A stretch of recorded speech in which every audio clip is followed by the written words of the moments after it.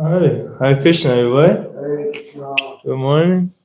Today we'll be starting a new chapter, the fourth canto of Srimad Bhagavatam, chapter 28, entitled Pranjana becomes a woman in the next life.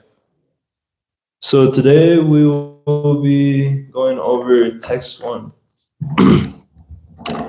Om Namo Bhagavate Vasudevaya. Om Namo Bhagavate Vasudevaya. Om Namo Bhagavate Vasudevaya. Om Namo Bhagavate Vasudevaya. Om Namo Bhagavate Vasudevaya. Om Namo Bhagavate Vasudevaya. Narayanam Namaskritya Naram Chaiva Narottamam Naram Chaiva Narottamam Devim Saraswatim Vyasam Devim Saraswatim Vyasam Tato Jayamudiraye Tato Jayamudiraye Nasta Preswa Bhadreshu Nasta Prageshu Bhadreshu Nityam Bhagavata Sevaya Nityam Bhagavata Sevaya Bhagavati Uttam Shloke Bhagavate Uttama Shloke Bhaktir Bhavati Naishtaki. Bhaktir Bhavati Naishtaki. Okay, please repeat after me.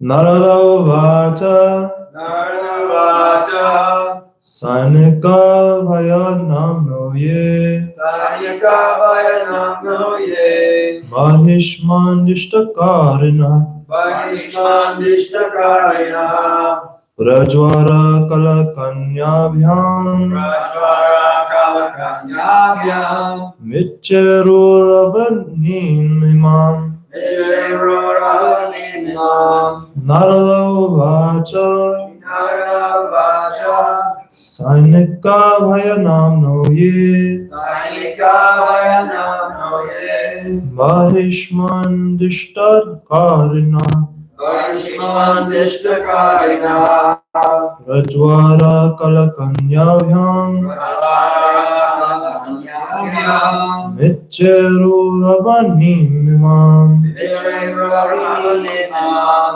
Narada Vacha Narada Vacha Sanika Vayanam Ye Sanika Vayanam Ye Mahishman Nishtakarina Mahishman Dishtakarina Rajvara Kalakanyabhyam Rajvara Kalakanyabhyam Micheruravanim Vijayaravadinimam Bol Narada Vacha Narada Vacha Sanika Vayanam Noye Sanika Vayanam Ye Parvishman Dishtakarina Mahishman Nishtakarina Rajvara Kalakanyabhyam Rajvara Kalakanyabhyam Vicharo Avaninimam Micheruravanim Narada Vacha Sanika Vayanam Ye Mahishman Nishtakarina Rajvara Kalakanyabhyam Vicheruravanim Narada Vacha Narada Vacha Sanika Vayanam Ye Sanika Vayanam Ye Mahishman Dishtakarina Mahishman Nishtakarina Rajvara Kalakanyabhyam Rajvara Kalakanyabhyam Vicharavinimam Micheruravanim Narada Vacha Sanika Vayanam Ye Mahishman Nishtakarina Rajvara Kalakanyabhyam Vicharo. Okay, we'll do synonyms. Narada Vacha. The great sage speak. The great sage Narada continued to speak. Sanikaha. The soldiers. Bhaya Namnaha. Bhaya, fear. Yea, all of them who. Barhishman. O King Prachini Bharhishat.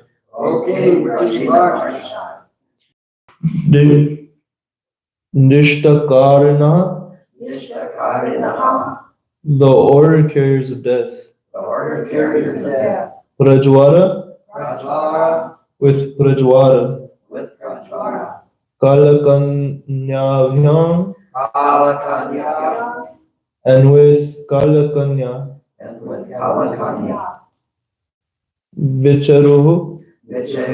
Tribal. Avanim. On earth. Imam. This. Okay. Translation and purport by His Divine Grace A.C. Bhaktivedanta Swami Prabhupada Shri Prabhupada Ki Jai. The great sage Narada continued, my dear king, Prachini Barhishat. Afterward, the king of the Yavanas, whose name is fear itself, as well as Prajwara, Kalakanya, and his soldiers, began to travel all over the world. Please repeat after me. The great sage Narada continued. My dear king Prachina Barhishat. Afterward, the king of the Yavanas, whose name is fear itself, as well as Prajwara, Kalakanya, and his soldiers, began to travel all over the world. Purport. The period of life just prior to death is certainly very dangerous, because usually at this time people are attacked by the weakness of old age, as well as many kinds of disease. The diseases that attack the body are compared here to soldiers. These soldiers are not ordinary soldiers, for they are guided by the king of the Yavanas, who acts as their commander-in-chief. The word Nishtakarinaha indicates that he is their commander. When a man is young, he does not care for old age, but enjoys sex to the best of his satisfaction, not knowing that at the end of life, his sexual indulgence will bring on various diseases which so much disturb the body that one will pray for immediate death. The more one enjoys sex during youth, the more he suffers in old age. Om Gyanadhamrandhasya Vinanjana Shalakaya Chakshurmilitam Yena Tasmai Shri Gurave Namah Shri Chaitanya Manobhishtam Sapitam Yena Bhutale Swayam Rupa Gadahmayam Narati Swabharantigam He Krishna Sindho Dinabandha Jagate Gopisha Gopaka Kanta Raha Kanta Namaste Tapta Kanchana Gaurangi Radhe Vrindavaneshwari Vishwano Sudrevi Anamami Hari Priye Vancha Kalpatarubhyasya Sindhavye Vacha Patitinam Bhavnevyo Vaishnavyo Namo Namah Jai Sri Krishna Chaitanya Prabhu Nityananda Shri Advaita Gadadhara Shiva Sai Gaur Bhaktivinoda Hare Krishna, Krishna Krishna, Hare Hare, Hare Rama, Rama Rama, Hare Hare.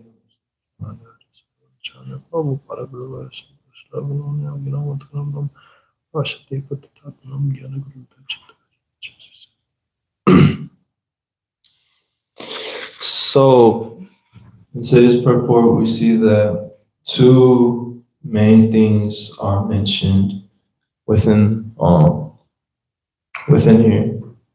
So one of those things which we'll begin with is how one focuses their life, and especially in their younger years, in sexual indulgences. So in modern days especially, this is like heavily pushed. It's a common thing. Even when you're younger, at least many families and people I knew growing up, even their parents would say, "Oh, don't settle down for like this person. Yeah, you're so young. Like, go play out the field practically. Maybe even have multiple partners. You're still young. Don't settle down."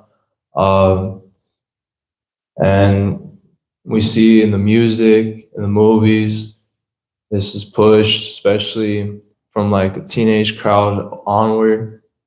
Things are heavily pushed. This is what's heavily influenced within our society. You could really tell a society's values in one sense on the music that's really popular within that society. Because people identify with the music because that's what they're themselves identifying with. So if they're angry, you're going to see them listening to angry music. If they're into a certain topic or whatever, they're going to be listening about a certain topic. So when you see that sex is one of the most common things in practically all genres, you can tell that sex is one of the biggest and most important things in people's lives. But the human life is so rare. You only out of 8,400,000 species of life, only 400,000 of those is the human form. Only 4,000. Which, if you do the calculation for how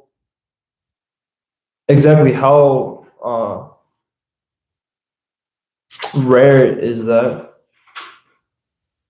you're talking. Oh, I did that wrong.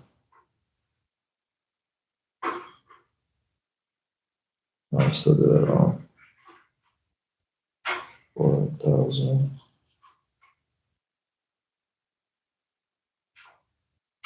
Anyways, I'm putting in the calculation wrong, but you're talking very low percentage, like 5% chance practically of having a human birth.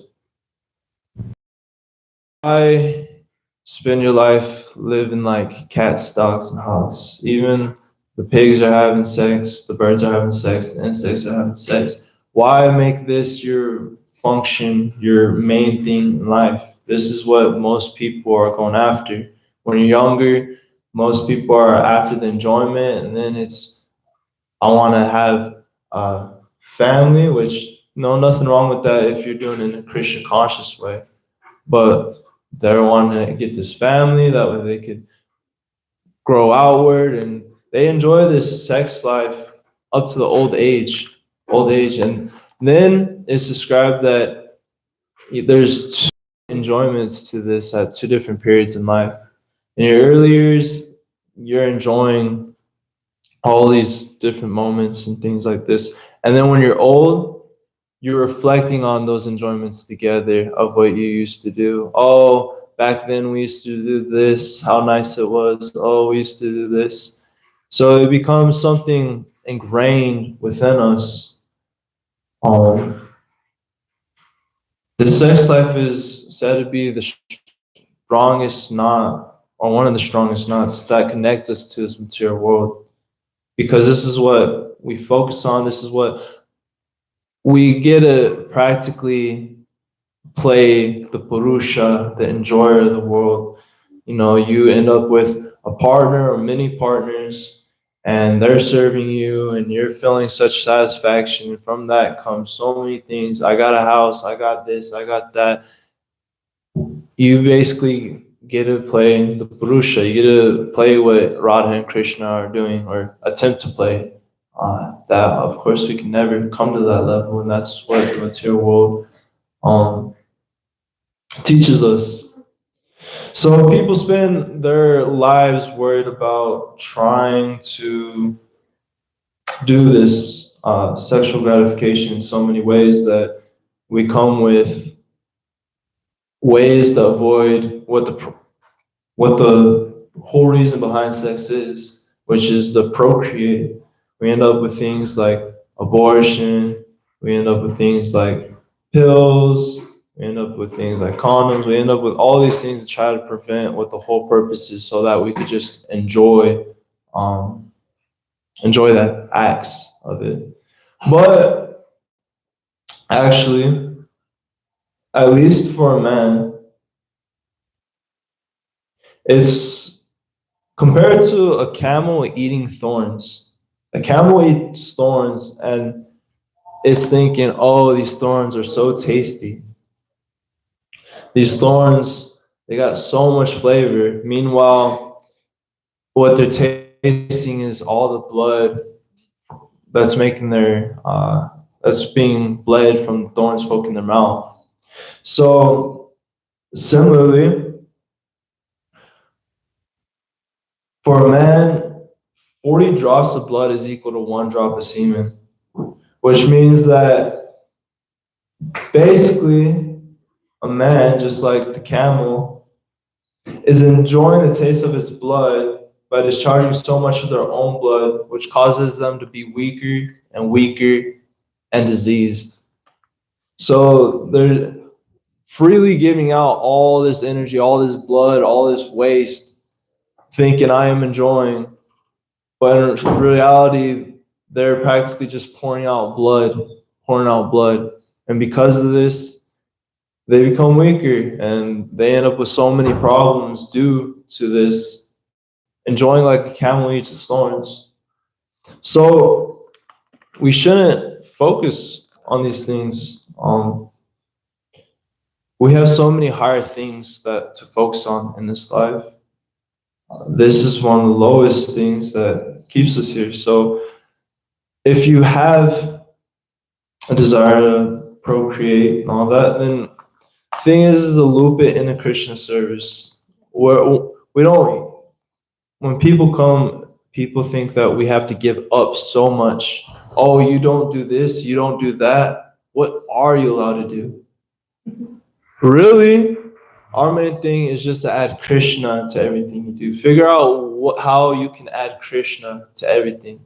You got so many zeros in your life. Oh, I got this car, that's a zero. Oh, I got this house, that's a zero. I got this, I got that. Those are all zeros. But as soon as you add the one important person, the one most important thing in your life, which is Krishna, add it. It's like adding a one in front of all those zeros. So now all of a sudden, all of these zeros have value.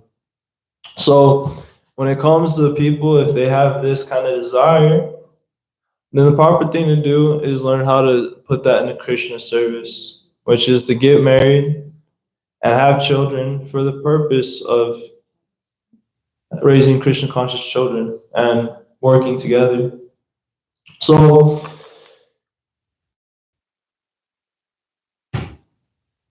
when one gets older, things start to get more difficult. A lot of things start to change. One suddenly gets all kinds of different problems. When you're young, you don't have to worry about these things so much.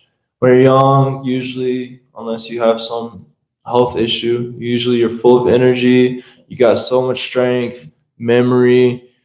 You're not really focusing so much far ahead. You're focusing on right now. What can I do now? What can I do tomorrow? You have the facilities to do all these things. So most of the time, people use that for their own sense gratification. Okay, I have the ability to go do this. I have the ability to go do that. So let me go do it now while I'm young and can do it. And so this way, they uselessly spend their youth in so many frivolous activities that at the end serve them no purpose. So many different things. Oh, well, back when I was young, I used to go to the bar all the time, party it up. I used to so many different things. But when you're old, what more does this have than just stories to tell? It didn't really add much to your life. Maybe due to being burned so much, you have some good lessons now that you could tell other people to warn them. But if you're uselessly spending this youth that you have, then by the time you're older, you have wasted everything. And when you're older, things become more prominent. So usually, at some point, people start to lose their vision or hearing to some extent. You got decreased bodily strength or mobility. Some people, they suffer from dementia. Some people, even bladder control. Bone density decreases, decreased lung capacity. Everything starts to decrease. When you're young, like myself, you could theoretically get an idea, but you have no idea what it's like when you're older. I've talked with several different people throughout my life that, things get harder. You get more tired easier. You can't do things on your own like you used to do. So many different things. So without having properly done things in your youth, how are you going to be able to do these things when you're older? If you don't focus on how to make your life Krishna conscious when you're young, how to, wake up early, how to shower early on, be disciplined, chant 16 rounds, be attentive in that chanting, do all these different activities, how can you expect yourself to do it when you're older? When these things start to get more difficult. And with something like Alzheimer's or dementia, if you didn't do that when you're younger, how are you going to be able to do it when you're older? People, they push off spiritual life until they're older. Oh, I'll get to that when I'm older. For now, let me enjoy. Let me do this. Let me do what I want to do in this life for now. And then later on, I'll give my life to God. But even then, there's no guarantee that you're going to be able to do that. People are dying even at young ages. People, they grow up, they go to school. Now, after they go to school, they may or may not go to college, but if not, they go to work. Then they're working their 9 to 5 job, saving up for when their retirement. And then by the time they're retired, generally they don't have the ability to enjoy that the way that they were hoping to. And they're lucky if they even make it to that long. Who knows? Maybe something happens by that time.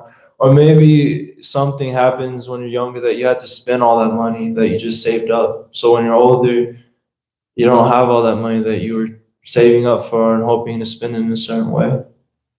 So why not learn these things while you're young and you have the ability to? You have the memory, you have the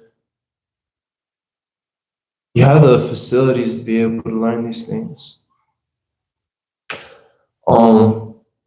Arjun, there was this purport that Prabhupada gave in the third canto, in the 26th chapter to verse 57.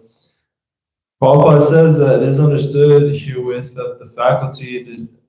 Okay, this time back to what we were talking about.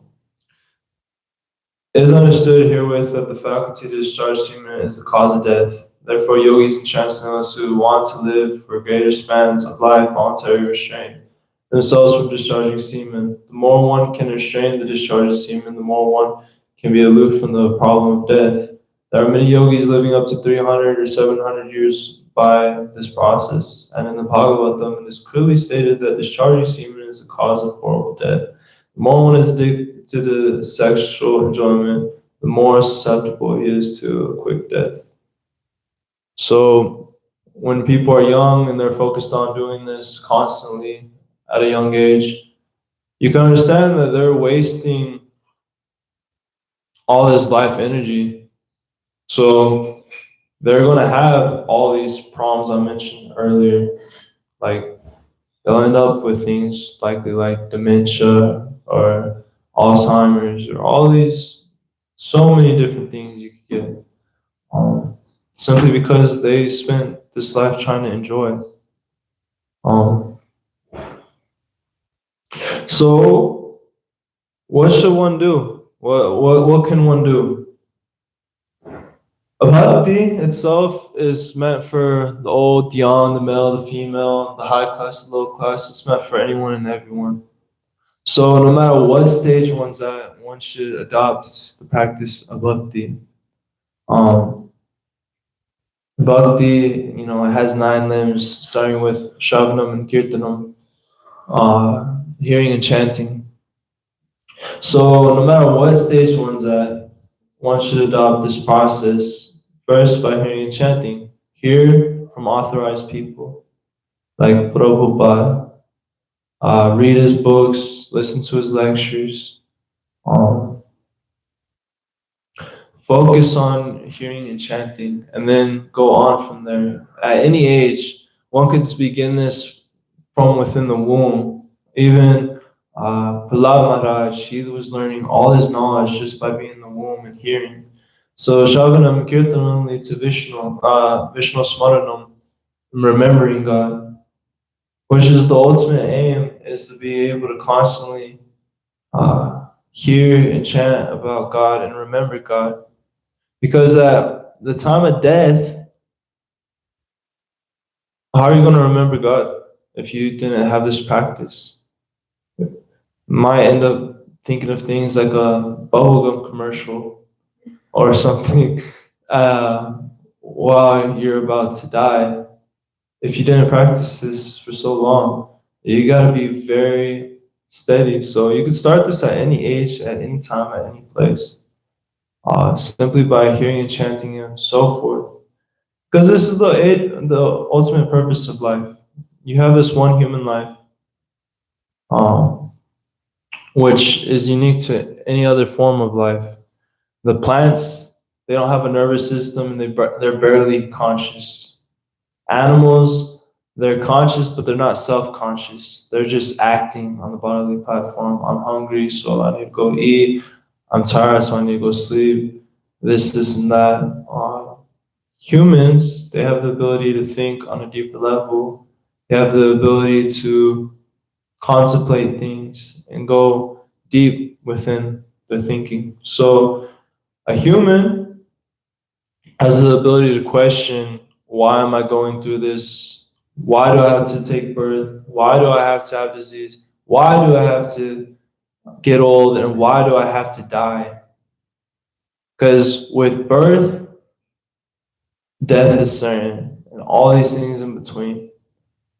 So why do I have to go through these things? Everyone's going through them. I see them at a constant.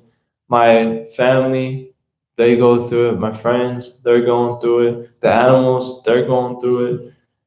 Why though? I don't want to live like that. I don't want to die. I don't want to get sick. I don't want all these things, but these things are forced upon me. What is the reason for that? Because we're eternal souls that aren't used to these things. In our spiritual life, we don't have to worry about disease. We don't have to worry about death. We don't have to even worry about old age. None of these things pertain to the soul. So when we're in these circumstances, it's difficult for us to wrap our head around. It's not normal. It's not something that the soul itself is used to facing. And because of that, we try so many things to prevent these things from happening. We come up with so many medicines or vaccines or so forth to try to prevent disease. We try so many medicines and skin care and lifestyle diets, that way we could prevent our old age from increasing. And ultimately, all these things are to put away death, which ultimately we can't not face that. That's everyone has the same destiny of facing death at some point. We're born and we're going to die. Now, what you do from here till that point is up to you. You have that option. But that is the thing that matters the most, is what do you do from between your birth to your death.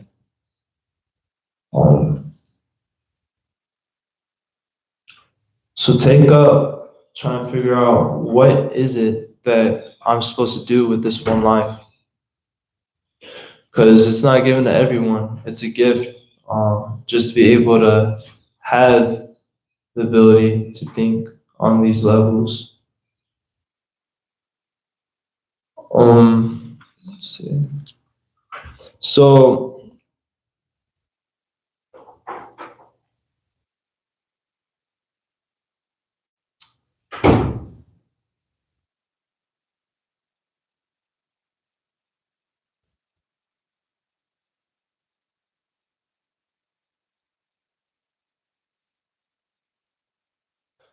we shouldn't spend this life in the tricks of Maya. Learn her tricks and learn them well, like Balaram Prabhu was saying recently when he gave class here.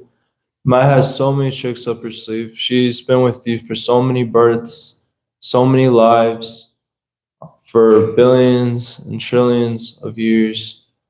So she knows what you like. She knows what you want. She knows how to get you into accepting all these things. So learn her tricks. She'll tell you this thing is different. This thing you want more than spiritual life, especially. That all these different enjoyments are going to be the things to satisfy you. But learn this all before you even get old, if possible. And if you are old, then take up the process to the extent that you're able to, because ultimately these things get more and more difficult, and death is described to be like thousands of scorpion stings all at once, an extreme pain that none of us could really fathom until we're at that point once more.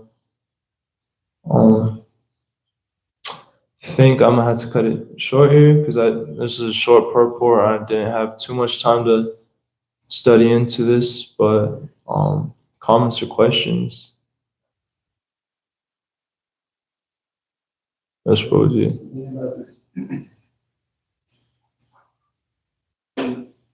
Sorry about Prabhupada.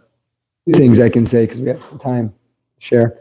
But when Story Prabhupada was, I heard Prabhupada was speaking to the devotees, and he said, you know, if someone just maintains celibacy from age 15 to 25, then everything becomes so easy. And all the devotees looked very, very sad. Prabhupada said, but if you chant Hare Krishna, everything's all right anyways. So that's one. And then I just, because there's time, I was going to say Krishna. Oh, one thing is that the Grihastha ashram is like a very elevated situation in the sense that if you read, you know, like in the 7th canto, it discusses what the activities of a Grihastha are. And in India, sometimes you meet, I met one devotee, he was born in a Kshatriya family, and he was so pure. He was one of the most pure people I ever met. He's a brahmachari. He was one of Bhakti Vikash Swami's first disciples. And he was saying how, you know, he had no idea, like, brahmacharya was so easy for him when he read the Brahmacharya and Krishna Consciousness by Maharaj, that this is so, why do they even need to say this? And then he went to the West and he realized, oh, I see. But when he went to the West, or he saw Western devotees. But one of the things he was saying was, you know, he never saw his mom and dad ever like embrace or even sit on the same couch in public. Like, they were so strict. But he said that at the time of death, his dad was so conscious. Like he said, his dad was actually effulgent. As he was leaving his body, he was like emanating effulgence because he was so pure in his life, and his mom is still so pure. It was really nice to hear. And yeah, like the 7th canto talks about the brahmacharis, the grihastas and their activities. And we see that, like for some of Kali Yugan person, Kali Yugite, like we say like grihasta, but still that's so difficult to even come to the level of real grihasta. And so then we want to say grihasta, but like that's also a very high level thing. So it's very difficult to actually execute that unless we're totally focused on Krishna. And so you can't be totally focused on Krishna if you do anything for sense gratification, right? You can't, if you enter the Grihastha ashram with the idea that I'm going to enjoy sense gratification, then you're going to have to suffer, because that's a material activity, is going to be karma. So the message is that we should simply be Krishna conscious. Most importantly, like we can focus all our energy and all our desire on trying to be Krishna conscious, and then whatever happens, happens. And without the Krishna consciousness, we're not even qualified. We're as far as our varnashram, we're not real brahmacharis, we're not real grihastas. It's like, we have to be wearing a deer skin and so many things. And, no prasadam unless the Mother Sundamini tells you can take prasadam. So that's the way. But also I was going to share one more verse. Krishna says, Yehi samsparsha jaboga dukkha yoniya evate aryatamanta konteya natesha ramate buddha. He says that the pleasures of the senses are temporary, and therefore the wise people don't delight in them, because such pleasures have a beginning and an end. And he says it's dukkha yoniya, that these pleasures are the womb of misery. So all the misery is coming from these temporal pleasures. And so it can be very difficult to maintain that consciousness, because Maya sends her tricks in so many ways, shapes and forms. And we think, the biggest trick of Maya is, right, this one's different. So, yeah, I have to share. If you have anything to comment on that. No, thank you for sharing. I think that's a good point. While preparing for this verse, I came across, I think it was the 11th canto, where Narada Muni speaks about, or maybe it was Krishna, I'm not too sure, but they were speaking about what a brahmachari is like, and it was talking about how like he doesn't cut his hair or his nails and all these different things. I was like, oh my gosh, this is like some intense like sadhu stuff. Of course, we're following it differently in Kali Yuga for time, place, circumstances, and we're more on a preaching mission. But I was like, wow, brahmacharis were intense back then. But also, like you said, like rasa is an elevated thing. It's not. Griha Medis, we see that all the time. I mean, most of us have grown up in Griha Medi families all the time. But Grihastha is elevated. We need people to give birth to Krishna conscious children, raise them up. Otherwise, how do you end up with personalities like, of course, he was a Nitya Siddha, but personalities like Bhakti Siddhanta Maharaj, or other people to come and take birth within this age to help out other people. There needs to be people that know how to properly go about that, which is difficult, no doubt, because as you said, we're not real brahmacharis or grihastas. It's elevated. Look at, if you just look at within our text, a lot of people are grihastas, a lot of Lord Chaitanya's followers, a lot of different personalities, but their level was so high that you can't even imagine. Even Shiva Thakur, his own son died during a kirtan. He didn't even mention it. He was like, quit, you're disturbing Lord Chaitanya's kirtan. Let him enjoy. And then Lord Chaitanya finally caught on to it. But he was at like such a high level that beyond everything, his main focus was Lord Chaitanya's satisfaction. Not my own, not my family's, but Lord Chaitanya's satisfaction comes first and foremost. That's extreme, but no matter what ashram we take, the main thing is that Krishna is always number one and always at the center. not for myself, not for anyone else, not for even my own family, but for Krishna. Everything's for Krishna. Yeah. Shukadev Goswami defines a Grihamedi as someone who talks nonsense. He says, Shrotavyadini Rajendra Nirnam Santi Sahasrasha Apashyatamat Matatvam Griheshu Grihamedinam. Is that those who are devoid of Atma Tattva, for them there's thousands of subject matters for speaking about in human society, O king. So it's as simple as that. Like Grihamedi means one who speaks nonsense. And then in speaking nonsense, the next verse, where Shukadev Goswami says that Nidraya Hyate Naktam Vyavyayena Chavavayaha Kutumba Nena, forget the middle line. Diva Charte Haya Rajan Kutumba, getting it, forgetting the middle, the last line. He says that they spend their lives in the nights, they spend their lives sleeping and having sex, and in their days they're making money and maintaining family members. This is what he defines as a Grihamedi. The lives of such envious householders, he says, are spent like that. So we can just, also, you said, it's like we're not Vedic brahmacharis, just like there's no sannyas in this age because we're all Sudras. But Prabhupada, Srila Bhaktisiddhanta Prabhupada, gave us all these ashrams like sannyas, and actually the brahmacharis, they never wore saffron before. Srila Bhaktisiddhanta introduced brahmacharis wearing saffron because brahmacharis previously wore white, but they wore saffron because saffron is attractive for preaching. So everything's for the sake of preaching Krishna consciousness. And so it's not a matter of just, the brahmacharis are practicing celibacy. That's kind of the Vedic way. But I asked my Guru Maharaj once, like about different grihastas. I know some grihastas that are just like, they're still brahmacharis even though they're in the grihasta ashram. And I said, what is that? And he said, that's just being Krishna conscious. That's not a matter. It's not a matter of that's just being Krishna conscious. So,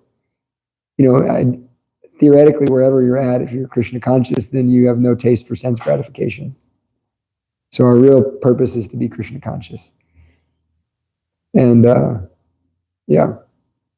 I think that's it. That's all I had. I had one more statement, but I forgot what it was.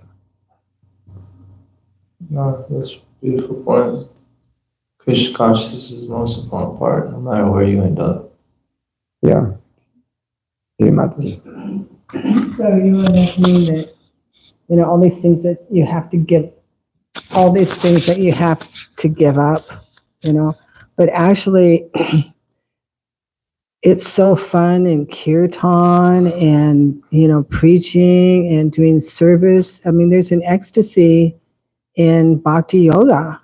And so that's like so fulfilling, I mean, I don't know what we would do if we didn't have our service. We're like enlivened because there's so much service here, in Colorado, we grow all those flowers, so that's a lot of service and rewarding. But, here we got, the temple and all this devotee association. And, I have a friend that's in Maui, and, she says, I can't even sleep because of all the political stuff, and then she's like, Damodar works too hard, and I said, he likes devotional service. He's having fun doing devotional service, and yeah, he gets tired. We're old, but there's definitely bliss here, and excellent prasadam, great devotee association. So I just wanted to say it's more fun than not being a devotee. Yeah, I think of that frequently because every day is like a party here. We're here at 5 a.m.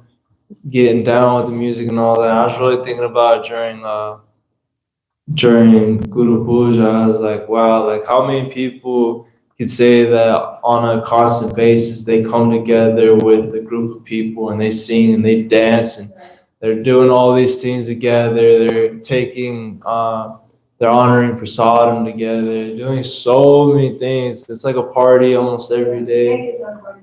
Yeah, it's beautiful. Yeah. Only devotees can say that, like the amount of fun we have before breakfast is almost inconceivable. Like if you chant 16 rounds then Mangal Arti, do deity service, hear Bhagavatam, do Guru Puja. You know, it's just the amount of fun you have before breakfast is like, you almost have like you have a Krishna conscious hangover by breakfast time because you're tired by that time. You wake up early and you do so many things for breakfast. So Krishna is so kind to us in that way. And we haven't even had breakfast yet. And then also when I was chanting this morning, you know, I think about my son because he went all through Gurukula, and then he's like been there, done that, you know. So he's kind of working, and you know. But anyway, I was just thinking that, you know, when I was chanting my rounds, that this is a transcendental sound vibration. You know, how many years have we been chanting Hare Krishna? And it just, you know, I mean, who can say that's not a transcendental sound vibration? You know, and so anyway, I just wanted to say that.